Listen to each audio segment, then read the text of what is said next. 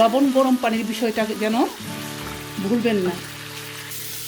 শুটকিগুলো ঢেলে কষিয়ে নেব। ঢেলে দিলাম আমি শুটকি একটা শুকনো ফ্রাই প্যানে। এগুলোকে আমি তেলে নিয়েছি, তারপর কিছুক্ষণ পানিতে ভিজিয়ে রেখে ধুয়ে পরিষ্কার করে নিলাম। এই কচুরলতিটা কিন্তু আমি চুলায় 1 চামচ লবণ দিয়ে গরম পানিতে ফুটিয়ে নিয়েছি, জাস্ট একটা বলক। তা না হলেও কিন্তু কচুরলতি গলায় ধরতে পারে। রসনা বিলাসে আপনাদের দাওয়াত আজ। যারা যারা শুটকি পছন্দ করেন না তাদের কিন্তু দাওয়াত না। রান্না হবে লটকা শুটকি, কচুরলতি, কাঁঠাল বিচি এবং শিম বিচি দিয়ে একসাথে।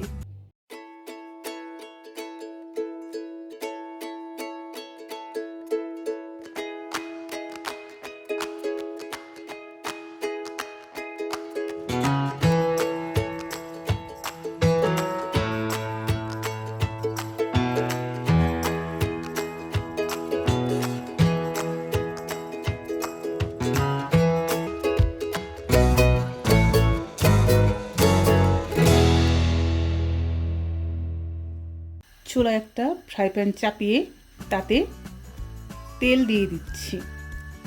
সাধারণত আমি তেল কম খাই, আমার স্লোগানও তেল কম খাবেন, কিন্তু আজ তো শুটকি হবে, শুটকি ভুনা, তেলটা একটু বেশি লাগবে, তবুও কিন্তু আমি অনেকের চাইতেই কম তেল দিলাম। আস্ত জিরার দানা অপশনাল, দিয়ে দিচ্ছি পেঁয়াজ কুচি। শুটকিতে সাধারণত পেঁয়াজ একটু বেশি লাগে, তারপরেও কম পেঁয়াজও কিন্তু রান্না করা যায়। আপনারা চাইলে আরও বেশি পেঁয়াজ দিতে পারেন, কিন্তু এর চেয়েও কম দিতে পারেন। আবার ঠিক হুবহু এইরকম করে যদি ফলো করেন সেটাও ভালো হবে। পেঁয়াজগুলোকে আমি নেড়ে চেড়ে একটু বাদামি করে নেব, খুব বেশি ভাজার দরকার নেই। পেঁয়াজগুলো লাল করে ভাজা হয়ে গেছে। এতে আমি দিয়ে দিলাম 2 টেবিল চামচ রসুন এবং 1 টেবিল চামচ আদা। এটা শুটকির তরকারি, তাই আমি রসুনের পরিমাণ বাড়িয়ে দিলাম। শুটকিতে রসুন একটু বেশি হলেই ভালো হয়। এর সাথে আমি দিয়ে দিচ্ছি 1.5 চা চামচ হলুদের গুঁড়া। যেহেতু শুটকির তরকারি, রঙটা একটু ডার্ক হলেই ভালো হয় এবং ঝালটাও একটু বেশি লাগে। এটা আমি তো খুব বেশি ঝাল খেতে পারি না, তাই আজ পুরোপুরি 1 চা চামচই দিয়ে দিলাম আমি। আপনারা যেমন ঝাল পছন্দ করেন, যে যেভাবে খান ঠিক সেভাবেই ঝাল অ্যাড করবেন। শুকনো মরিচ অথবা কাঁচা মরিচ অ্যাড করে ঝালটা বাড়িয়ে কমিয়ে নেবেন। আরও দিয়ে দিলাম আমি 1.5 চা চামচ জিরার গুঁড়া এবং 1 চা চামচ ধনিয়ার গুঁড়া। এইসব মশলাগুলোকে আমি নেড়ে চেড়ে মিশিয়ে নিচ্ছি। আজ কিন্তু তেল আছে, যেহেতু শুটকির তরকারি, মশলাটা তেলে কষিয়ে নিতে পারছি। এবার একটু পানি দিলাম, আর এই পানিতেই আমি মশলাটাকে পুরোপুরি কষিয়ে পানিটাকে একদম শুকিয়ে নেব। মশলার পানিটুকু শুকিয়ে গেছে। এবার এতে আমি শুটকিগুলো ঢেলে কষিয়ে নেব। ঢেলে দিলাম আমি শুটকি। এই শুটকিগুলোকে আমি কেটে তেলে নিয়েছি ফ্রাই প্যানে, একটা শুকনো ফ্রাই প্যানে এগুলোকে আমি তেলে নিয়েছি, তারপর কিছুক্ষণ পানিতে ভিজিয়ে রেখে ধুয়ে পরিষ্কার করে নিলাম। এখন এটাকে আমি মশলায় কষিয়ে নিব, আর কষানোর জন্য আমি আরও একটু পানি দেব। তো যেটা বলছিলাম যে আপনারা যদি আরও বেশি তেল দিয়ে শুটকি খেতে চান খেতে পারেন, এর চেয়ে বেশি তেল দিয়ে আমি খাবো না। আর আমি যেহেতু নন স্টিক ফ্রাই প্যান নিয়েছি, এতে করে আমি সুন্দরভাবেই রান্না করতে পারবো। আর আমার রান্নার বিষয়ে আমি কনফিডেন্ট, স্বাদ হবে নিশ্চিত। আপনারা চাইলে কম তেলে রান্না করার প্র্যাকটিস করে অভ্যাসে পরিণত করতে পারেন। শুটকিগুলো কষানো হয়ে গেছে, এগুলোকে আমি আলাদা করে নিচ্ছি, এগুলোকে আমি তুলে নিব। অনেকেই শুটকি রান্না করে একেবারে ভেঙে গুঁড়ো করে ফেলে, সেটাও স্বাদ হয়, কিন্তু আমি শুটকিটাকে ভাঙবো না। আমি শুটকিটাকে আস্ত আস্ত পিস খেতে পছন্দ করি, তো আমি মাছগুলোকে তুলে নেব। আমি মশলায় কচুরলতি ঢেলে দিয়েছি এবং মশলায় নেড়ে চেড়ে কষিয়ে নিচ্ছি। এই কচুরলতিটা কিন্তু আমি চুলায় 1 চামচ লবণ দিয়ে গরম পানিতে একবারের জন্য ফুটিয়ে নিয়েছি, জাস্ট একটা বলক।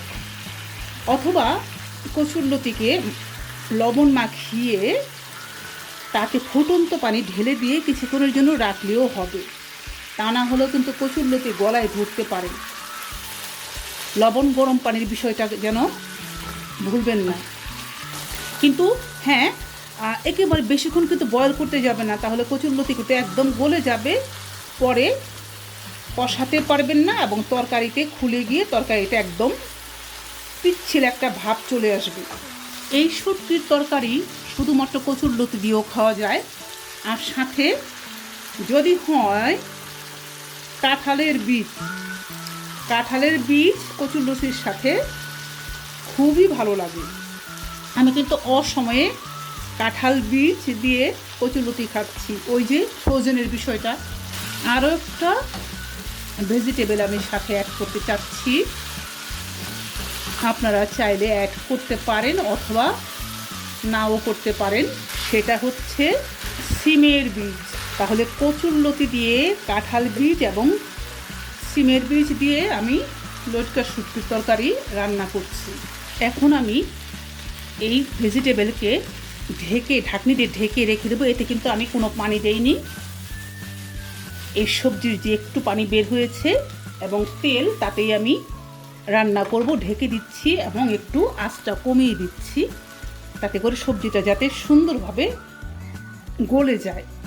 আমি বলেছিলাম যে আমি পানি দেইনি, কিন্তু এখন আমি দেখলাম যে আমি অল্প একটু পানি দেবো, কারণ সিমের বীজটা একটু শক্ত আছে। এইটুকু পানি দিলাম সিমের বীজটা কুক করার জন্য। মাছ এখনও আমি দিইনি। কচুরলতি এবং সিমের বিচি কাঁঠালের বিচি প্রায় কুক হয়ে এসছে, অর্ধেকের বেশি।